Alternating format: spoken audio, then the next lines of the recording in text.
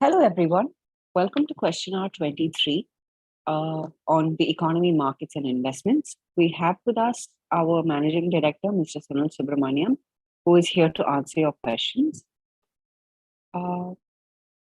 Welcome to question hour 23, sir. We've received a ton of questions online. So, shall we get started? Please. The first question, sir, is we'll do the economy first. So, where do you think the economy is headed? Are you expecting a drop in the economy? So when you say economy, right, there's a domestic economy and a global economy. And I see from the questions that I had, there are questions around both the global economy and the domestic economy. And there was a key question there on, is the domestic economy decoupled, right? So let me address the overall economic situation, right? So first, let me take the issue of the global economy. Yes, the global economy is headed for a slowdown. As recently as IMF had projected the data, we are going to go down to a roughly 3.5% growth for the next year from a 5.5% growth the previous year, this year being somewhere in the middle. The causes for this slowdown are obviously the fact that when the pandemic was ending and there was a V-shaped recovery happening, we had the Russia-Ukraine crisis come in and boost inflation. So during the pandemic, the central bankers like Federal Reserve and ECB had done a lot of note printing, which is commonly called as quantitative easing, as well as they had cut rates down. The 10-year rates were down to less than 1%. Because of this, there was a boom in the markets because money flows chasing markets, but there was also a rise in demand. For example, housing loan demand in the US shot up dramatically. So because of this, inflation from the demand side added to the inflation from the supply side. And in the US, for example, from a 1.5% inflation rate, it went to as high as 8.5% to 9%. Such a phenomenal rise in inflation is obviously not welcome from a general public perspective, from the government perspective, especially considering the fact there is a midterm Senate election due in the US. So obviously central bankers in the advanced countries have got inflation as their primary target as opposed to supporting growth. So to that extent, the hiking in interest rates which started is to essentially kill demand and bring down the demand supply imbalance back to parity so that inflation may come down. So this effort naturally is a man-made, self-driven slowdown, a programmed slowdown of the American and the European economies in order to ease the inflation burden on their population. Right? So the world is naturally, from an advanced country perspective, headed to a massive slowdown. Right? And America and advanced countries, in fact, next year are projected to grow only at 1%, but there's a very good likelihood that even this one may not be achieved. As the slowdown increases, it could go, the world growth could come down to zero, and advanced economies could be slipping into a recession, which is negative growth. So from that perspective, the news for the global economy is not at all good, and we are going to take a long period of time, over probably about a year to year and a half, for this process of killing demand, and then the revival process of the economy will start only when inflation is under control. So the scenario for the world is pretty clear. Now, what about India here? Now, one of the key factors for India is that India, over a period of time, has been improving its economic fundamentals tremendously. In fact, during COVID, I think we took a leadership in the world, I think both in terms of managing the epidemic and in the terms of way we did not print money and give it away to our people so that inflation did not go into hyperinflation like it's done in America. Right? Our inflation stayed around the 7.5% level, which is the historic average that India has experienced. Second is that the fact that FII flows during the quantitative easing period came into India, helped provide a lot of support to domestic markets. So the domestic markets had been rising, and the economic data. So as India managed the pandemic well, the V-shaped recovery were very sharply defined, and the fact that domestic consumption came to the support of the economy from the pent-up release post the lockdown period, give a strong support to the economy. Capacity utilization in domestic economy has now crossed 75%. Our long-term average is 72%. So economically, from a demand perspective, the recovery process started. Because of this now, the second aspect of our growth phase also started, which is the capital expenditure phase. The government laid out a very ambitious program, and the leeway that the government had during the crisis, when the rating agencies were very kind to all the countries in terms of allowing them greater fiscal deficit leeway, India used that. We took our fiscal deficit up to 6.3%, but we used it to spend on capital expenditure and not giving away money through consumption spending. So that has helped create a multiplier effect for the capex cycle of the economy, in addition to which the whole COVID and the pandemic triggered an anti-China feeling in the Western world, which was supported by the fact that China has a decreasing labor population due to the one family, one child policy that they implemented, and the fact that China has had a sharp increase in their per capita income. Hence, wages in China have also become very high. In fact, China is more than double India in terms of per capita wages. So India, however, our population, we have not done any significant family planning efforts. So our population is on a rising trend. And for the next 30 years, India's population, in fact, India dominates the world labor market in terms of expected supply of workforce during the next decade. So this is what is called as demographic dividend, is where the government grabbing the opportunity from this anti-China move due to cost considerations, due to labor availability, and due to the entire anti-China pandemic that caused that feeling of anti-China, into a China plus one strategy where they launched the PLI scheme. And we have seen a host of companies, especially in the electronics field like Apple, Samsung, shifting their production and factories out of China into India. So thereby, this PLI scheme is going to lead to a massive investment in factories and infrastructure to support this manufacturing exercise. So while the PLI scheme kicks off, we're going to see a huge capex input. At the same time, the fact that private sector is also starting their fresh capex, because capacity utilization has gone back average, means that there's a three-pronged drive to capital expenditure with the government, the PLI scheme, as well as the private sector. So this capital expenditure driven growth of India is not related very much to a world recession. Now, where will a world going to a slowdown and a recession hurt Indian economy? It will hurt it in the period of exports. Right? Naturally, if India hopes to export to an world outside, unless that world is growing, we can't expect super strong growth in our exports. So to that extent, India, while we have had a strong export growth over the last decade, we are still only 1.9% of the world exports, which means 2%. If you take 98% of the world's exports is done by other countries, and they are the ones going to suffer the massive impact of a slowdown. To the extent that 1.9% exports share, we will struggle to retain, and maybe there will be there will be some impact on the domestic economy. The World Bank has also revised downwards India's growth forecast marginally. But at 6.1% growth for the next year, as per the IMF, India will remain the fastest growing country in the world. And a computed probability of recession, where for Germany and Italy is at the 60s and 70%, India is negligible.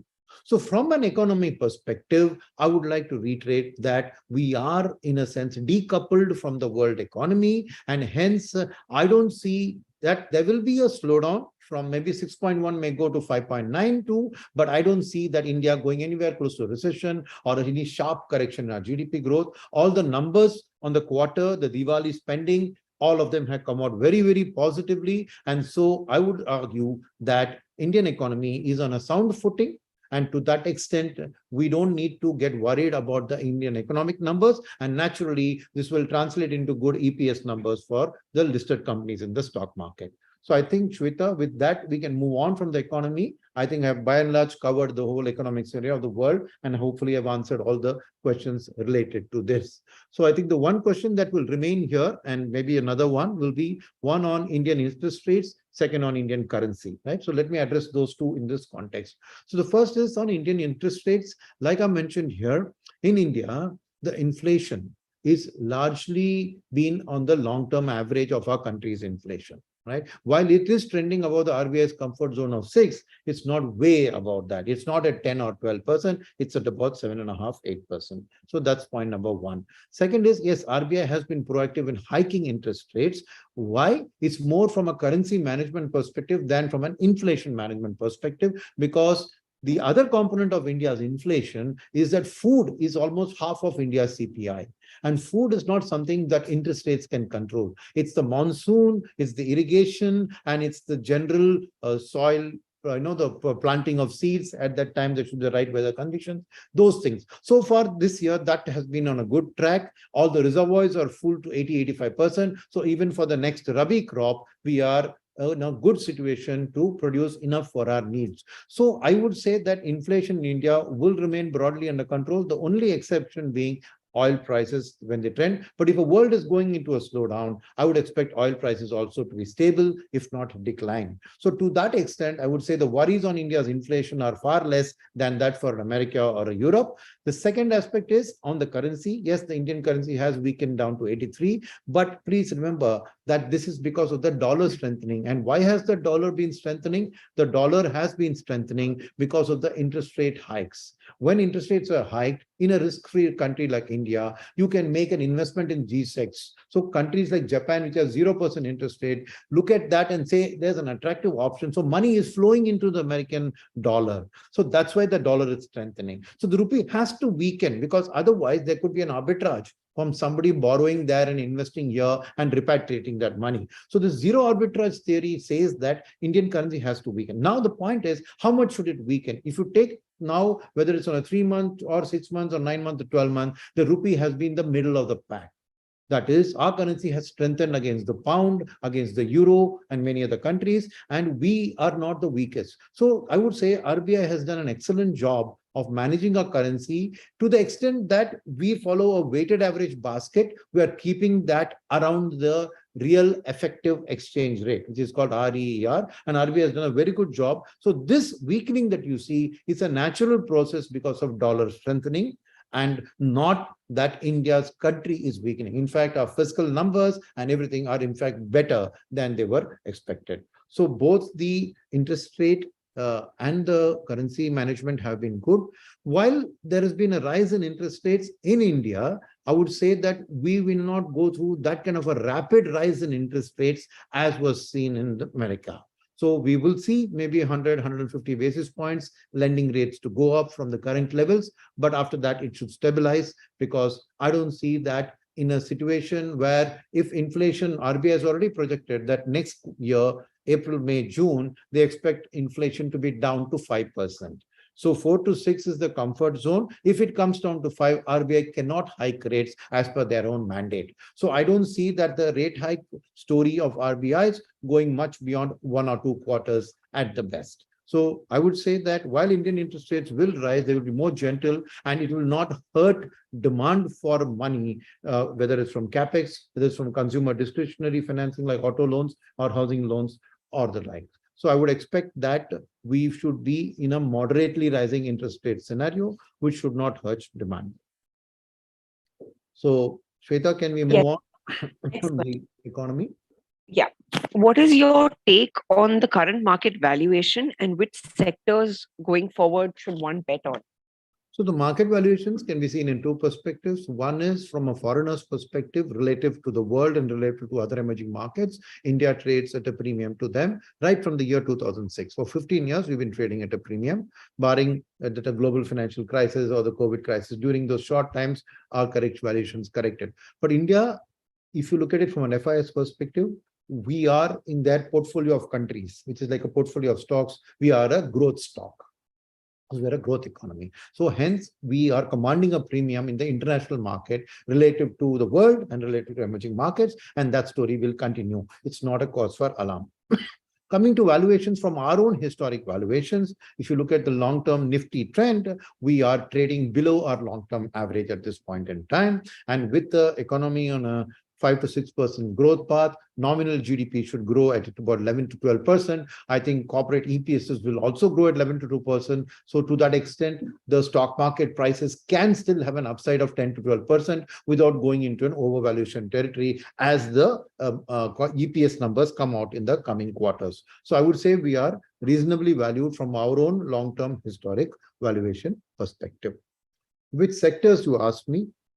So from a sector perspective, right, again, the export-oriented sectors, right, have been correcting, like IT and to some extent pharma.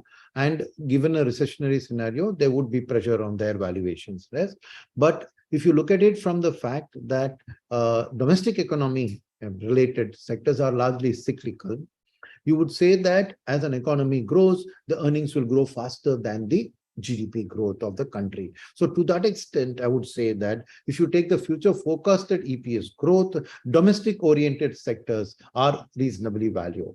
What would I count among these? I would count the banking and financial services, I would count consumer discretionary, and I would count industrials and the capital goods space as reasonably valued. But bear in mind that market valuations tend to come ahead of the earnings here. So you will see short pockets where they will seem overvalued, but when the earnings comes, you will find that they come back to a reasonable valuation. So if you all got a perspective of a 3 to 5 year period and you don't worry too much about the bits where the market goes ahead of itself in terms of discounting future earnings, you should be able to make a very good return from these domestic oriented sectors.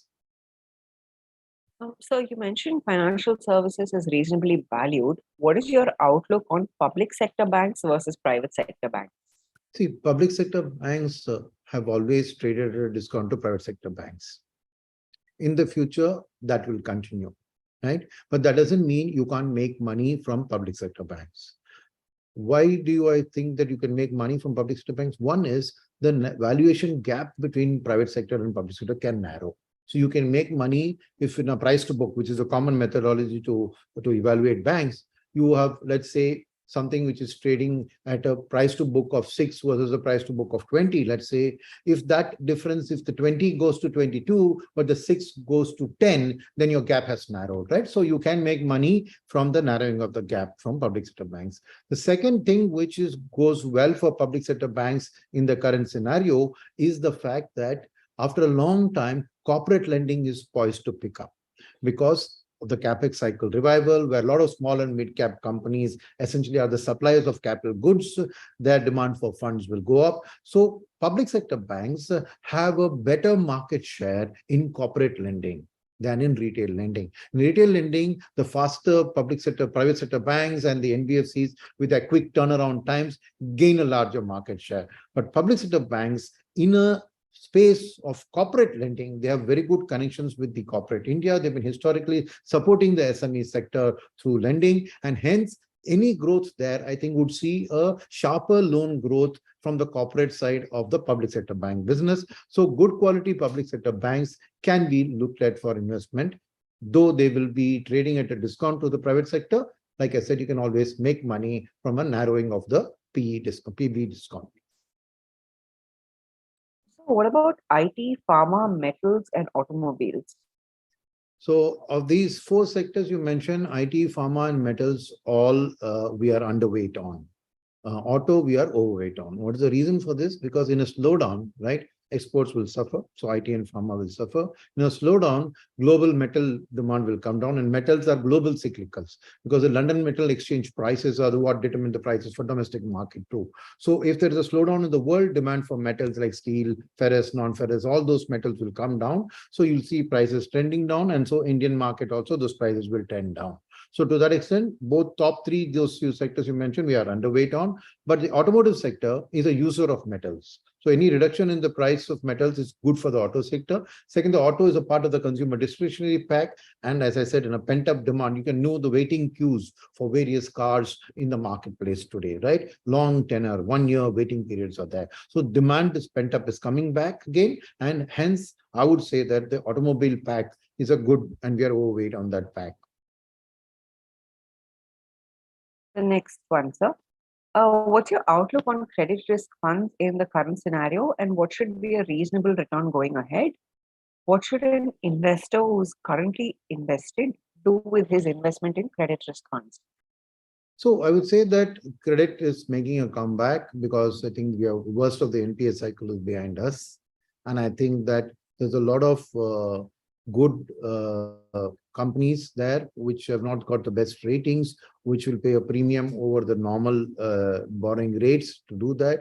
There's a lot of huge gaps between a project coming up and initial project lending, later to be substituted by proper bank lending, where credit risk funds can take advantage. Bear in mind that credit risk still needs a rating, so it's not unrated papers. So I would say that with a caution in mind, it's a good time to invest in credit risk funds. And I would say that given the fact that the credit demand is rising, the demand for funds will mean that they'll have to pay higher and higher interest rates. So I would say about 100 to 150 basis points over the bank deposit rates are something that credit risk funds can deliver with the proper choice of securities. And for existing investors in credit risk funds, you have seen the worst of the pain. This is not the time to exit those funds. I would say you hang in there and the future times will be better for your NAVs.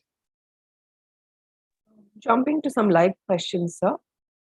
Is an investment in equity better or a balanced fund? The investor is 70 years old. For a 70-year-old investor, a balanced fund is obviously better because I would say that you can plan for the next, say, 10, 15, 20 years as your balanced lifestyle. And the balanced funds have the advantage that in a 10 to 15-year time frame, they can take care. See, because at the age of 70, I would still argue that your own risk profile is also important to evaluate, right? So one person at 70 could be, having a lot of dependencies on him and he wants to protect his capital and do all of that. There's another person 70 would, by now his children are well settled. He doesn't need money. He just wants to save money and bequeath something to his grandchildren. So the perspective of that investor is important. So if you are somebody who has a long-term view and says, look, I have enough money for my lifetime, I'm looking to invest it for my future generations to come, then you can take the risk in an equity fund. It's your risk attitude and profile which should determine the quality of investment. But if you are otherwise somebody who's saying that I want to reasonably have capital, not go through the volatility of equity, balanced funds are a good idea to put your money in. Next question, sir. Could you suggest if retail investors should invest in dynamic bond fund or long duration debt funds to capitalize on falling interest rates? And when shall be a good time for lump sum investment? Yes, but I think we are not anywhere in a scenario of falling interest rates. So I don't know where you got that perception. The world is going through an interest rate hike. I mentioned some minutes ago that India's interest rate hikes will not be as strong as that happened in the US, but still we are in for a gently rising interest rate period. So from your perspective, it's not a falling interest rate period that you can look to market gains from a long-term investment. So you will have to wait for the interest rate cycle to peak out, which should happen over the next 6 to 9 months, and then would be an appropriate time for you to look at it from a capital gains perspective. The next one, sir. What would be your recommendation for retirement investment options, taking into account the current interest rates and the likely scenarios in the coming years? So my best suggestion to people who are close to retirement is that you need a regular source of income and you need a regular cash flow. So my suggestion would be to use the hybrid pack.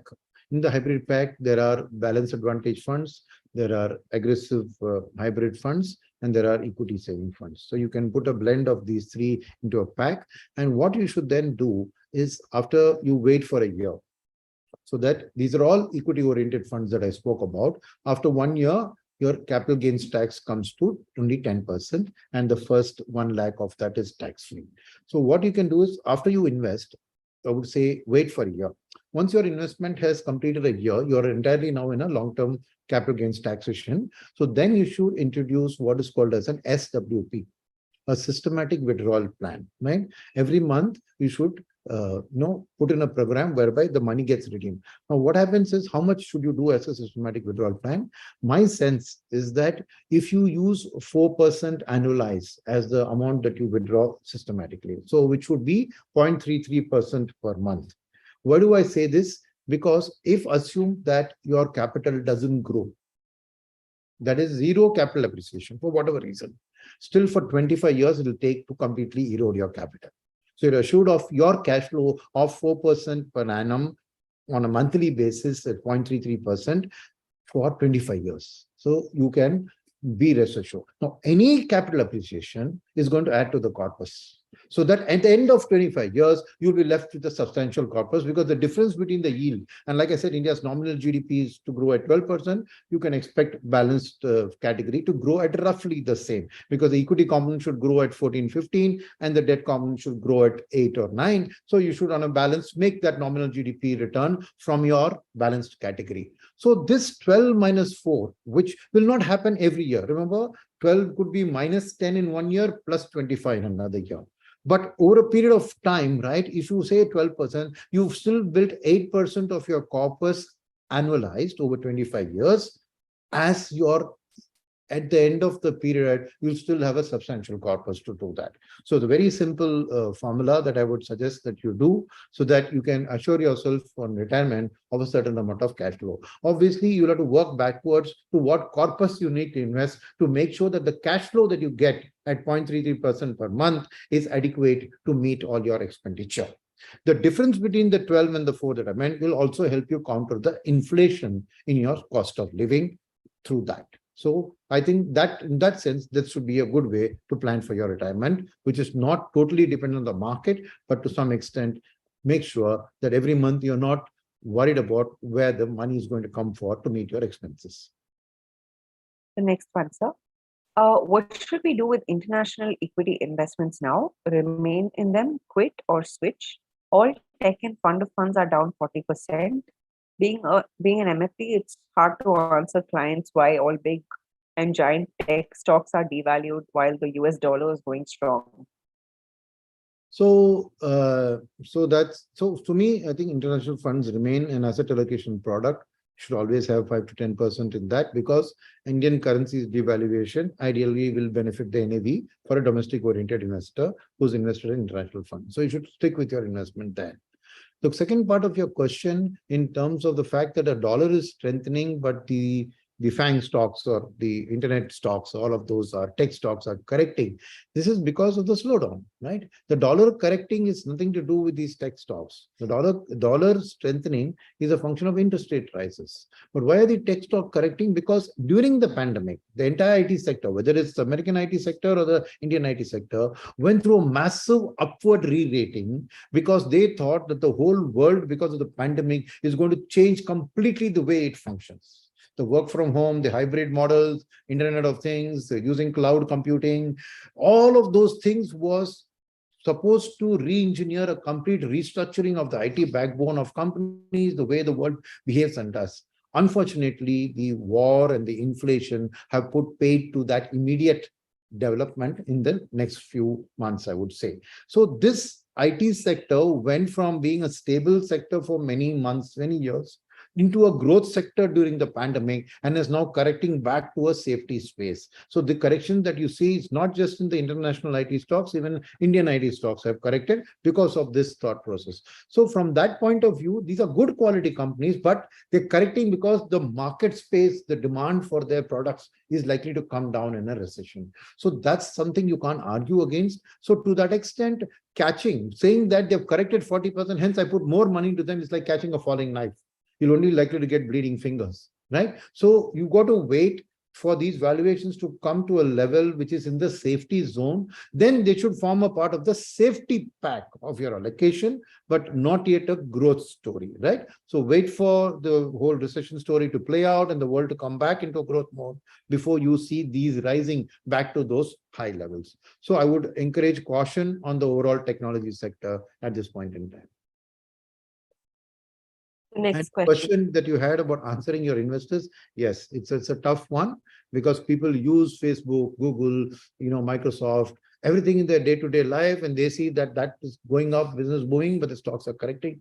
But that's the reality, that excess liquidity during the pandemic had driven these stocks right up to unmanageably high levels, and we are facing the pain of that event today. The next question, sir. When there's a spate of criticism that most fund managers are unable to beat the benchmark index, would it not be wise to invest some in index funds with lesser expenses and tracking error? Of course. See, if you are a cost-conscious investor, if you are a person who is, believes that just buying the market, is good enough, so whatever the market rise and fall, I can do, because market's behavior is such that at some times it's hard for fund managers to cope with the way the market behaves. It's either because one or two specific stocks rise, which either fund managers did not anticipate, or they anticipated, but for some reasons, like maybe corporate governance, they could not invest, or there are limitations in terms of SEBI saying that no single stock can exceed 10%, but sometimes individual stocks in index do exceed those levels and the fund manager can't buy them, even if they want to.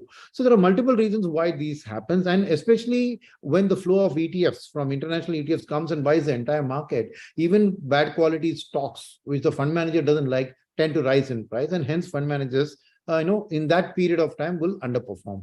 But there are periods of time when the economy booms, when good quality stock picking will outperform. So just going by a past 1 or 2 years or 3 years that these funds have not beaten to say future also they will not beat is not a right.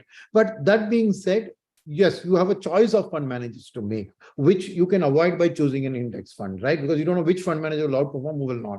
So to some extent, I would say it's driven by your thing. If you're happy just buying the market and you're worried about cost, putting a certain amount of allocation to passive funds is perfectly fine, right? I don't see a problem with that. But there will be times in the future where the broader market funds will handsomely beat the benchmark. And that time you shouldn't be sitting and regretting. So I would say diversify your portfolio across actively managed funds and passively managed funds. Let the passive part be largely in the large cap space, because that's where FPIs and foreign ETFs come and tend to dominate the whole purchasing in the market. And in the mid and small cap, broader market funds like multi-cap, flexi-cap, I would still argue that over the medium term, fund managers, active fund managers will still be able to deliver an alpha, which should more than compensate for the cost of fund management that is charged by the various asset management companies. So to that extent, I would say balance your portfolio, have a little bit of passive just so that you get a feel for what the market is doing.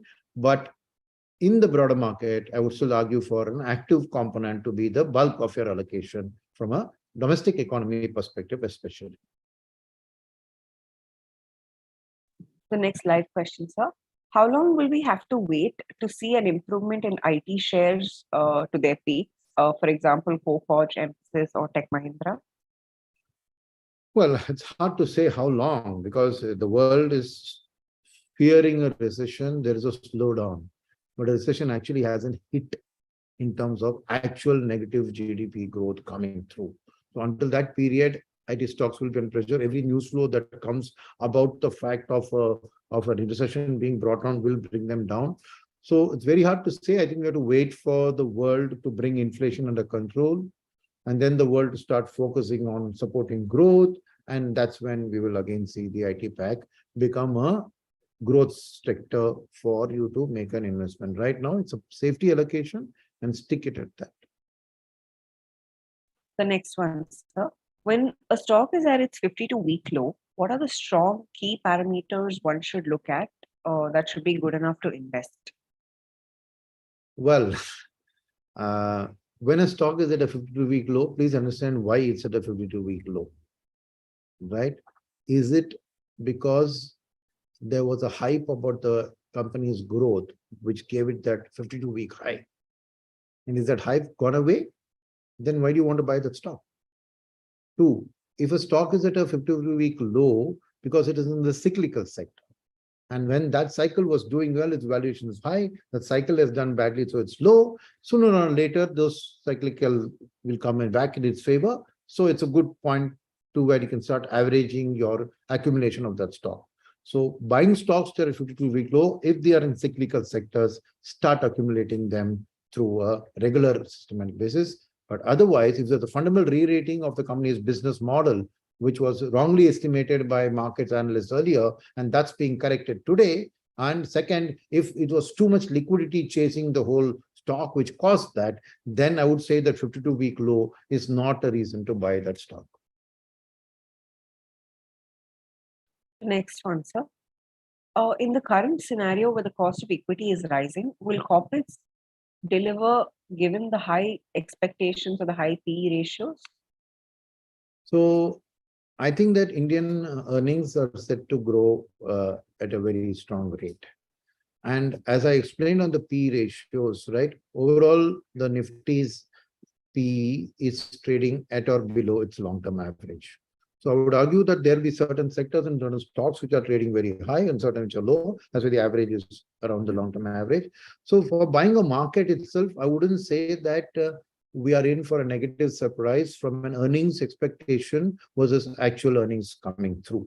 I would say that Indian companies with the commodity price decreasing, their margins are going to be healthy with a V-shaped recovery and a post-pandemic. You're already seeing hotels, airlines, airfares, tourists, all of these are booming. So I would say that a lot of sectors and banking, for example, I mentioned, are poised to deliver very strong earnings growth, which could even beat whatever the market thinks is going to be the earnings growth, especially in cyclical sectors like capital goods and all of that. So I would argue that valuations are not a reason for us to not buy in the market, but it's the choice of the sectors which are going to beat market expectations, which should do, which is what every fund manager is trying to do. The next question, sir. When I'm investing bulk money of 5 lakhs in mutual funds and I want returns of the principal amount exactly in 12 months, can you suggest 1 to 3 mutual fund options, please? So you just want your return of capital after 1 year, is it? Did I understand that question right, Shweta? Uh, that is what I understand too, sir. Then liquid funds are the best bet because returns are not on top of your agenda. I would say liquid funds are the closest you can get to a capital protection kind of thing with some amount of return. Thank you, sir. The next question. I invest on my own. Why should I pick mutual funds and particularly Sundaram Mutual? Well, if you invest on your own and you run a diversified portfolio and you are not a person who panics in market volatility, stick to what you're doing. What mutual funds bring to the table are a diversification, right? Across. So if you see the BSE 500 is a benchmark for most flexi cap, multi cap funds. So there are 500 stocks to choose from which the fund manager chooses 50 to 60 stocks. Now, that diversification itself provides a better risk-weighted return because the theory of diversification says that when you buy very poorly correlated companies together in a portfolio, your risk reduces much more than your return can drop. That's the whole theory of diversification. If you are intelligent enough, smart enough, long-term thinking enough, not a person driven by emotions of fear and greed, and make a good quality portfolio choice, diversification can do by yourself. The second point what a mutual fund brings is the research of knowing what a company's future is going to look like from an economic picture.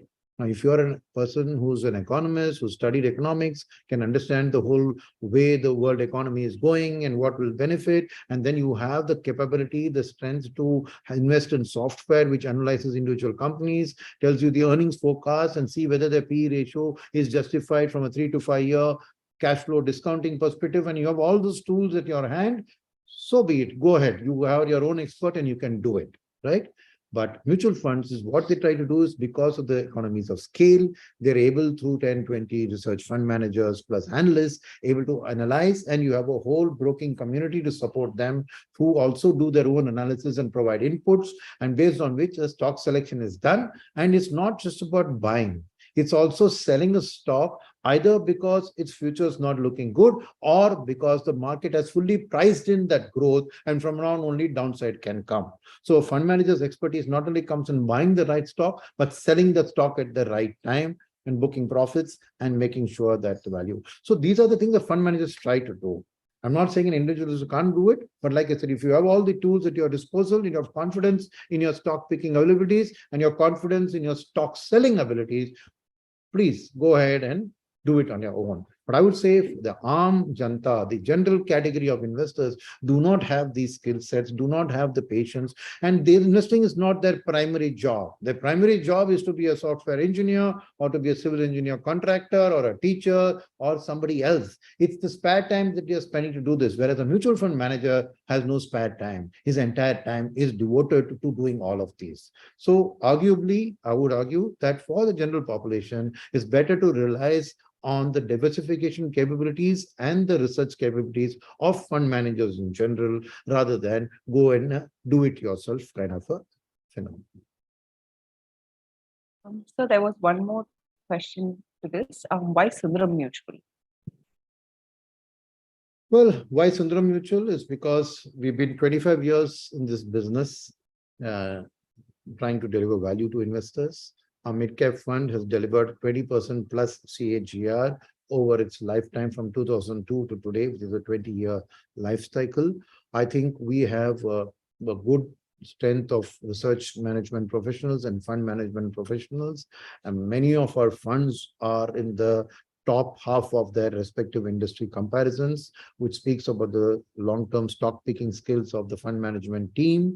We are one of those fund houses which believes in returning money back to investors through dividends. So if you take most of our schemes in the dividend option, we provide regular dividends and through profit booking where the fund managers at appropriate time. We believe that dividends are a key source of income for those who choose the dividend option, obviously. So the investor can express his desire by investing in the dividend option or through growth.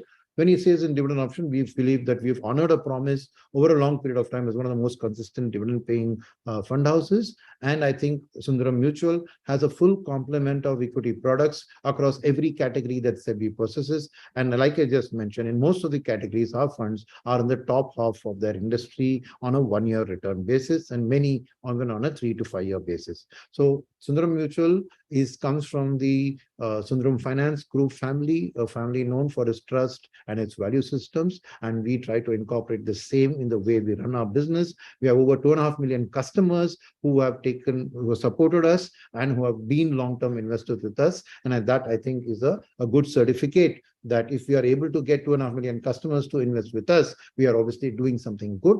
And that's why I would recommend Sundaram Mutual as a fund house for you to consider when you make your investment decisions. The next question, sir. What's your view about ESG funds? All AMCs are below the indices from launch. Or why is this happening? And can you please explain, even though you don't have an ESG fund? So I think ESG funds are good funds because they are something that the world is progressing towards a cleaner world, right? Doing less harm to our damage to our environment, making sure that 500 years from now, we have an earth worth living in. It's a long-term, good, noble goal, right? And everybody should have an ESG fund in their portfolio to support this exercise. The second aspect of this is that ESG funds was a charm and suddenly the flavor of the month a few months ago, because this thought process of supporting a cleaner world, the world itself was changing. So a lot of institutional investors like pension funds and provident funds world over were looking to allocate increasing capital. So the logic behind launching ESG funds came from the fact that as more capital becomes green sensitive, then a company which is green in terms of qualifying for ESG would get a better valuation than a company which doesn't qualify, which is actually destroying the wealth of the world, the earth, right? That was the thesis behind an expected outperformance of an ESG fund. That core thesis remains. What has led to the underperformance is the fact that the Russia-Ukraine war suddenly made the prices of fossil fuel and all earth-related items shoot. When they shot up, so naturally, they were not favorites of ESG performers. So in a broader market, the non-ESG components outperformed the ESG components. Hence, these funds are underperforming. When will the situation change? We have to wait for the war to end. We have to wait for oil prices to come down, the demand for that, and then the world can go back to thinking about a longer term. So it's like saying, the thought process behind ESG is still very strong, but it's like operation successful, patient died. Because in the short run, because of the spike in energy costs, the profits from energy related enterprises is huge. So if a fund manager doesn't invest in that, you're going to make a loss. So, but the world itself has to survive and grow past this whole war, right? So I think it's a period. How long this period will last is hard to say. So if you have a long enough perspective, I would say 5 years, for example, these funds will recover and come back. But in the short run, as long as oil is still trading at a high valuation, oil is obviously non-ESG. So any oil-related stock is doing very well, and it's not a part of ESG portfolios. Hence, ESG portfolios are underperforming. The next question, sir. What is the future of Sundaram Services Fund and Sundaram Large Cap Fund? I think the future for both these funds are good because you mentioned the services fund. So let me take that. So services. So in services, there are 14 broad sectors in the services fund. So it's not a, while it's a sector fund from a SEBI classification perspective, right? In the sectoral thematic category, it actually has about 14, 15 underlying sectors in it, right? From banking and IT services and staffing services to airline services to even logistics. So retail, all of these are part of services, and an Indian economy where the per capita GDP is poised to go from the $2,300 to $4,700 by the end of the decade should see a rising demand for services. The second thing driving the services theme is the digitalization formalization initiative, which has made a lot of the service sector, which are involved in the informal sector through mergers and acquisitions, come into the formal sector. So that plays out by the fact that 54% of our economy's GDP is driven by services related sectors, but only 40% of the stock market has representation. So there's still a 14% gap which has to get filled out, which this process of formalization will make more and more of these companies come into the capital markets and give fresh investment opportunities, which is what the services fund, which is a true flexi cap fund with roughly 50 odd percent in large caps and 50 odd percent in mid and small caps, trying to take advantage. And with the domestic economy poised to continue to grow, I think the services sector is very strongly linked to the domestic economy too. Because for every manufacturing job that gets created, roughly 1.8 jobs in the related services sector, whether it's catering or whether it's transporting people to the office or it's staffing services, gets created. So obviously, we feel very confident about the future of the services sector in the country, the capital markets component of the services, as well as the fund's future outlook. On large cap funds, well, large cap funds are essentially the ones which invest in the top 50, 100 companies. And the reason that I continue to remain bullish about the large cap space is because I think that the FIIs who went out of the market from October last year to June have started coming back now. As they see, when they went out because oil prices were rising and they felt that Indian economy and Indian companies would get hurt. The truth was that they didn't get hurt, so they realized their mistake. The second aspect is that as the world gets into a recession, right, you will see naturally oil prices will tend to down. They've already corrected, but some more correction can be expected. This then will mean that FIIs who pulled out money, roughly 2.5 lakh crores of money went out from India in that 9-month period. What 50-60,000 crores has come back is another 2 odd lakh crores of money which can come back, which is a diversion which went from India to, let's say, a Brazil, which is a commodity exporter, would now come back from Brazil to India, commodity importer. So as FIIs return, they will support large caps with their purchasing, and hence those prices and the valuations go up, and Indian large cap funds are then poised to benefit from the return of the FII. So what is one of the reasons why the large cap fund should do well is the support that is expected from a bounce back from the FIIs post their redemptions that they do in the October to June quarter. So that I would say is one of the key reasons why the large caps will continue to do well, because FIIs control almost 40 to 45% of the free float market cap of Indian stock markets. The next question, sir. Why is Flexi Cap Fund not performing? So I would argue that it is performing. I think it's still doing better than its peers and its benchmark. But you're talking probably because the NAV came below 10. That's because soon after we raised the money, the markets went into a correction mode. The fund manager still did a very good job by staggering his within the regulatory permitted time frame. He staggered his investments in the thing. The fund is still not fully deployed, it's only partially deployed, and the bounce back in the markets will come and definitely benefit this fund. So the Flexi Cap fund will do well, and we will definitely try and make sure it's in the top half of the peer set over the next 3 to 5 years. Please do not worry about that.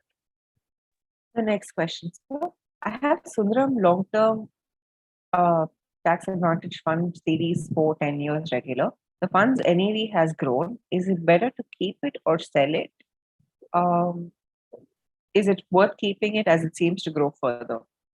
Yes, I would say it's worth keeping it because I think it's a multi-cap portfolio. It's a domestic oriented portfolio, if I remember that fund. So as I said, the outlook for the domestic economy is turning good, and domestic oriented stocks will do better than export oriented stocks. So to that extent, I would recommend that you stay invested in the fund. There's no need and no hurry to take it out now. The next one, sir. Which fund of yours would give maximum returns? Large cap, mid cap, small cap, or liquid funds? All the funds of our company are our children. We give equal importance to them. We make sure they get the right education, the right support, the right food, and everything else. Every fund manager is doing his best to make each fund the best performing. Now, which will be the best performing? If I knew, then obviously I would recommend for everybody to go into that fund. So honestly speaking, I think we have about 5 fund managers who manage these various funds. Each one is doing their best. So from a sectoral perspective, like I said, I would say that over a longer term time frame, generally mid and small cap, expect them to do better because India's domestic economy story is turning very strong. To that extent, I would say that our mid cap fund and our small cap fund are poised to deliver very good returns. So if you have a long enough time frame, right, and are a risk comfortable investor, I would suggest the mid and small cap space. If you are at the other extreme, you're a moderate risk and a conservative customer who is a bit worried about the volatility, then I would recommend our balance advantage fund or an aggressive hybrid fund, both of which have a certain amount of debt to smoothen the journey. So it depends on your risk appetite. And if you are in the middle, right, then I would say flexi cap, multi cap are categories where you get exposures to large, mid, and small, roughly, in reasonable proportions. So that's the way I would say. Time frame of your investment, your risk profile, these two can determine which of these sets of funds you can do. But from our side, we are not favoring any one particular fund to do better than the other. Our effort is to make sure all of our funds try and maximize the potential that exists in their respective spaces. In the interest of time, so we'll just take one last question. Thank you for successfully conducting this series and providing an apt platform for investor education and cross-learning opportunity. This helps many paint a broader picture way beyond experts, financial advisors, and institutional players. This is a message from Mr. Himanshu. His question is that there's a lot of interest in passives. So when is Sundaram Mutual planning to launch passive funds? Many people are waiting to invest in a passive fund from a fund house like yours.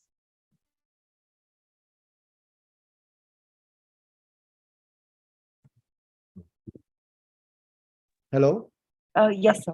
Sorry, I faced a connectivity issue. I think I'm back on. So you can No ask. problem, sir. I will just repeat that question.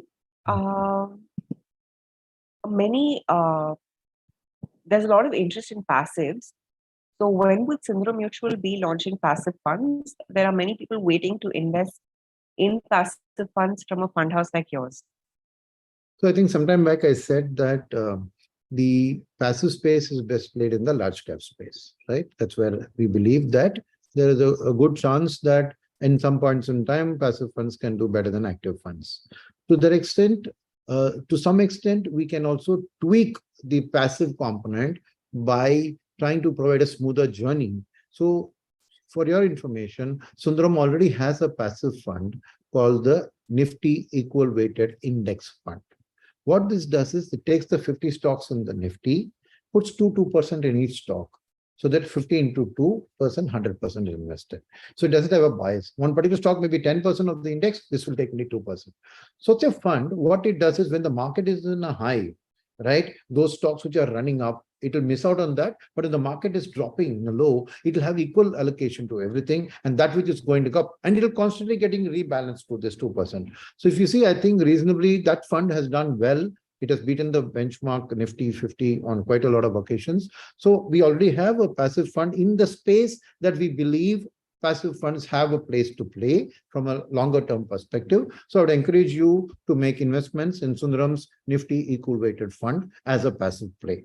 Apart from that, future any other passive launches, as and when we come up with ideas where we believe that what we call a smart beta, that is, without being fully active, without being fully passive, we try and tweak it like the equal weight, if we can find with something which a back testing shows that it can over a period deliver a good risk weighted return. Bear in mind the risk weighting is important here, not just absolute returns. We will come and launch those products. So our research team is on the job when we are looking at it. As and when we come up with such smarter ideas, we will launch. But right now we already have a index fund for you to invest in. Thank you, sir. In the interest of time, we'll take the other questions offline. Any closing remarks? No, I think I would say that it's a good time to invest in India. It's a good time to commit to equity. And I think that ultimately, as a wealth creation tool, equity remains unparalleled compared to all other asset classes. So I would encourage you all to look at your increasing your allocation to equity with a tilt towards domestic, with a tilt towards multi-cap, that is the broader economy. And I would argue that over the next 3 to 5 years, you should be able to get much better than inflation as returns from your portfolio. Happy investing to all of you. Look forward to meeting you next month in our next question hour version. Thank you. All the best.